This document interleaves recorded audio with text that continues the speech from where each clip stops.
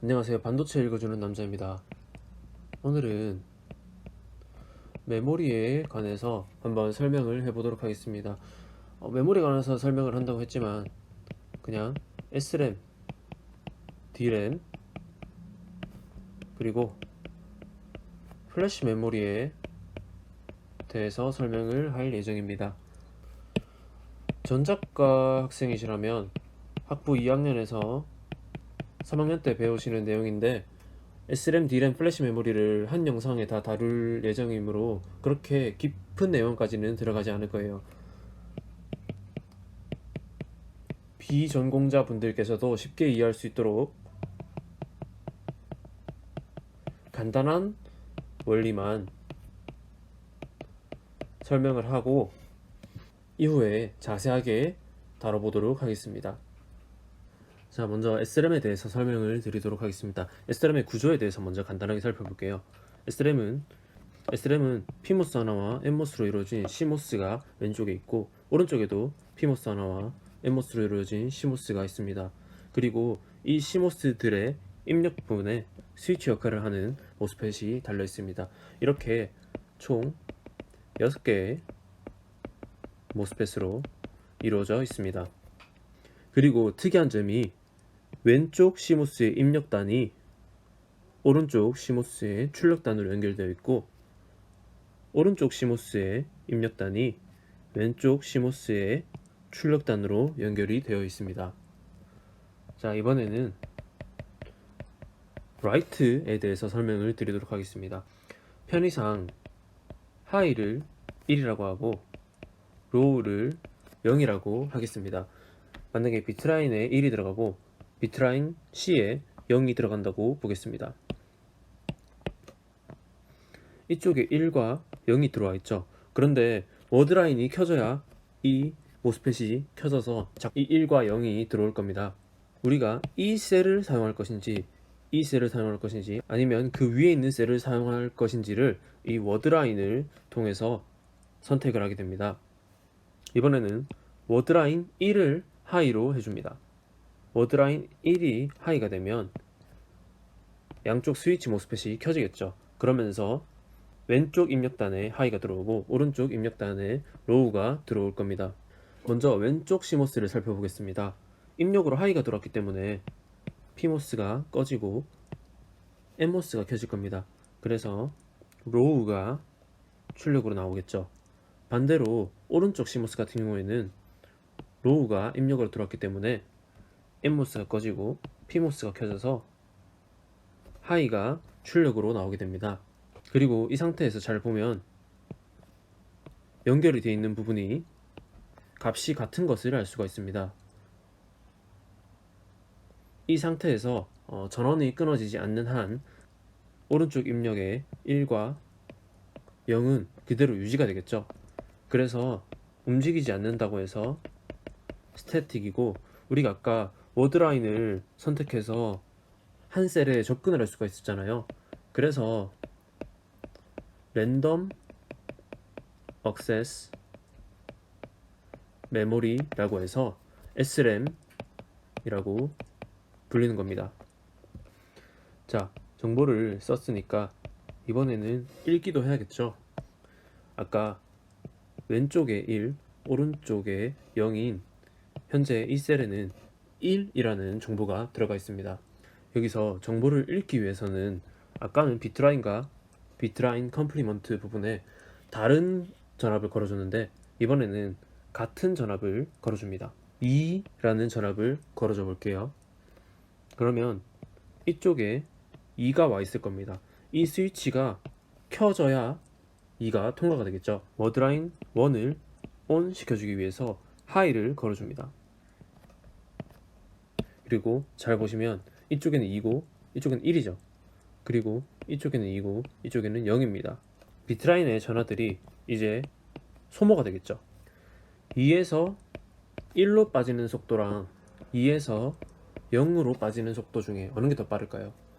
이게 더 빨리 전화가 빠지겠죠. 그래서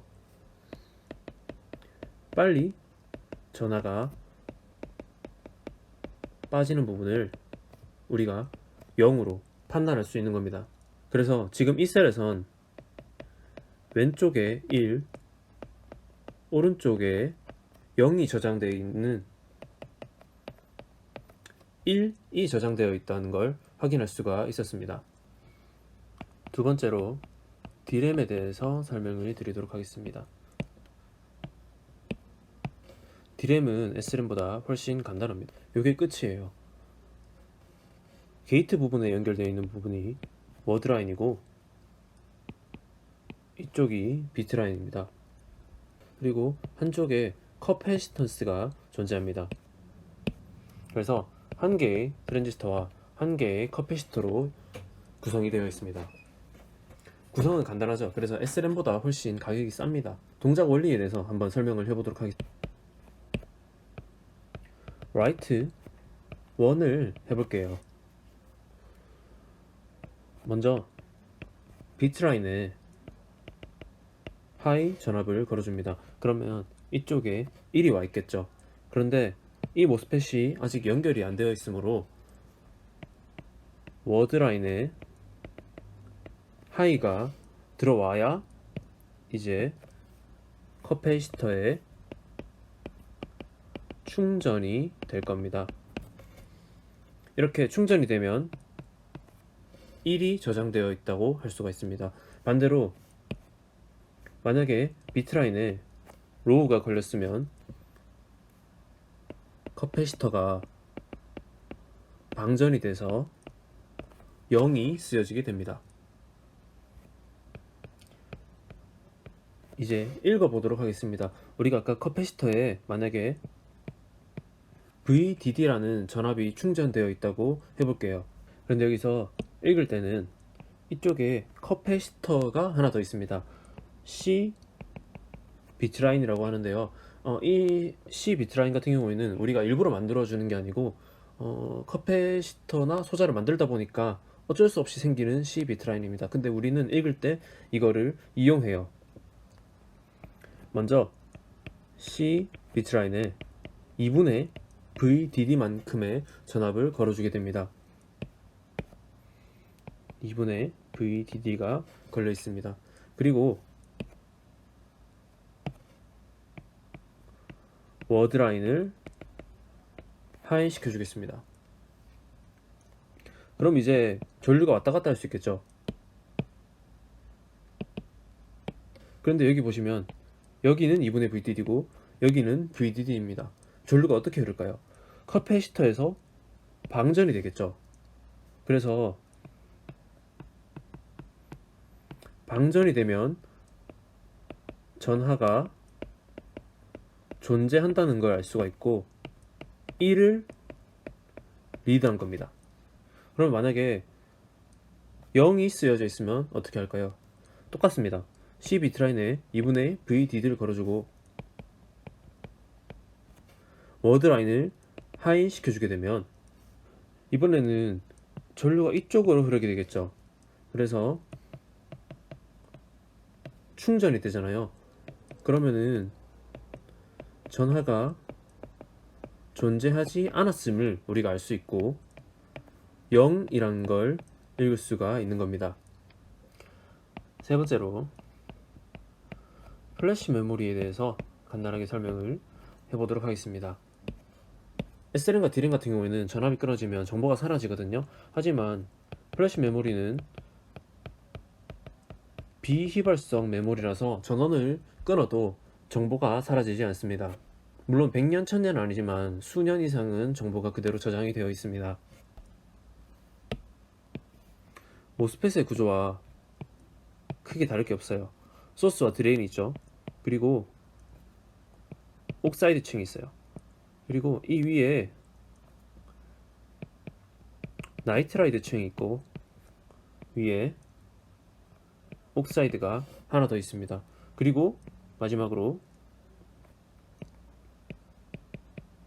게이트가 존재합니다. 좀 더 자세하게 명칭을 붙여볼게요. 이곳은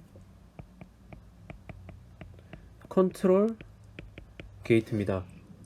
여기에 전압을 주고 빼서 우리가 전하를 저장을 할 수가 있는 거고요. 이곳은 블러킹 옥사이드입니다. 이곳은 차지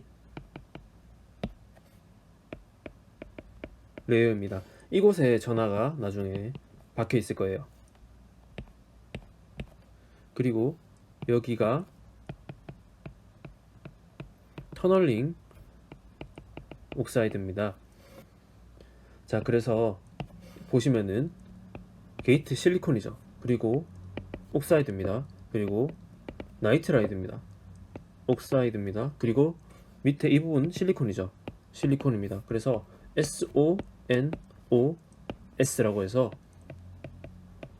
소노스 구조입니다. 라이트를 해보도록 하겠습니다. 게이트에 20V 정도의 높은 전압을 걸어줘 볼게요. 그러면 여기 반전층이 형성되었다가 이 전자들이 이 얇은 옥사이드를 뚫고 이 나이트라이드에 갇히게 됩니다. 나이트라이드가 전자를 잘 잡아놓는 역할을 해요. 그래서 게이트에 20V의 높은 전압을 걸어주면 나이트라이드 층에 전자가 트랩이 돼요.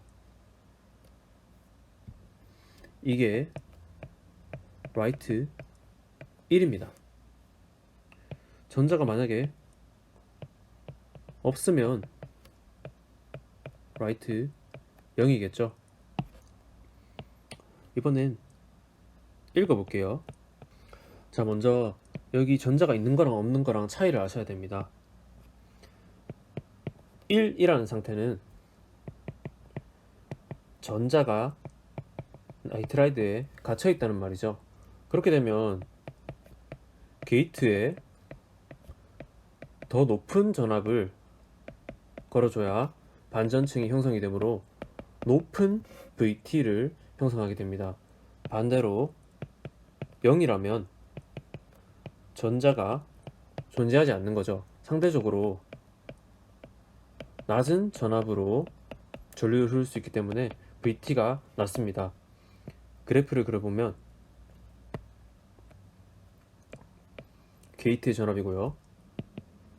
드레인 전류입니다.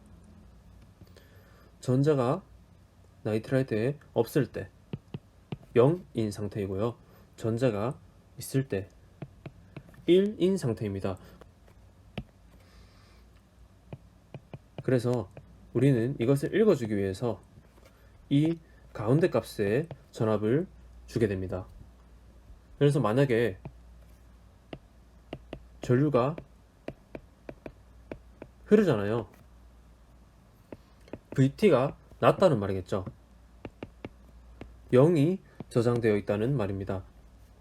반대로 전류가 흐르지 않을 때, 그러면 VT가 더 높다는 말이겠죠. 그러니까 원래 1이 저장되어 있다는 것을 우리가 읽을 수 있는 겁니다. 자, 그래서 마지막으로 SRAM, DRAM, 플래시 메모리를 비교 정리해보고 영상을 끝내도록 하겠습니다. 구조는 아까 SRAM 같은 경우에는 6개의 트랜지스터로 이루어졌죠. 그리고 DRAM은 1개의 트랜지스터와 1개의 커패시터로 이루어져 있습니다. 플래시 메모리는 그냥 트랜지스터는 아니지만 그래도 1개의 트랜지스터라고 봐도 무방하겠죠. 그래서 복잡하게 생겼잖아요. 비트당 가격이 굉장히 비쌉니다. DRAM은 여기서는 중간 정도고요. 플래시 메모리는 가격이 쌉니다. 속도 같은 경우에는 SRAM은 DRAM과 같이 커패시터의 충전, 방전 이런 시간이 필요가 없어요. 그래서 트랜지스터로만 이루어져 있으므로 빠릅니다. 반면에 플래시 메모리는 한 개의 셀을 읽기 위해서는 한 줄을 다 읽어야 돼요. 이거는 나중에 플래시 메모리, 랜드 플래시에 대해서 아시면 이해가 가능하실 텐데 어쨌든 느려요. DRAM 같은 경우에는 여기서도 중간 정도의 속도를 가지고 있습니다. 자, 그리고 전력 같은 경우에는 SRAM과 DRAM은 계속 전압을 공급해줘야 된다 했죠. 그래서 전력 소모가 커요. 하지만 플래시 메모리는 한번 저장을 하면 몇 년이고 전압을 가하지 않아도 그게 유지가 되기 때문에 전력이 굉장히 낮습니다. 그래서 우리 컴퓨터에 어떻게 사용되는지 생각을 하면 플래시 메모리는 주로 대용량 저장 장치에 사용이 됩니다. SSD라고 하죠. 수백 기가바이트 정도의 용량을 우리가 컴퓨터에서 사용할 수가 있고요. 디램 같은 경우에는 요즘에 뭐 8기가에서 16기가비트 정도 많이 사용하시죠. 하지만 이 디램을 CPU에 바로 연결해서 연산하기에는 속도가 많이 모자라요. CPU 속도는 좀 굉장히 빠른데 디램의 속도는 이 정도에는 많이 못 미치기 때문에 이 사이에 SRAM으로 이루어진 캐시 메모리를 이용하게 됩니다. 이상으로 SRAM, DRAM, 플래시 메모리에 대해서 간단히 알아봤습니다. 정말 겉핥기식으로만 설명을 했는데요. 나중에 여유가 된다면 좀 자세하게 한번 다뤄보도록 하겠습니다. 이상으로 영상을 마치도록 하겠습니다. 시청해주셔서 감사합니다.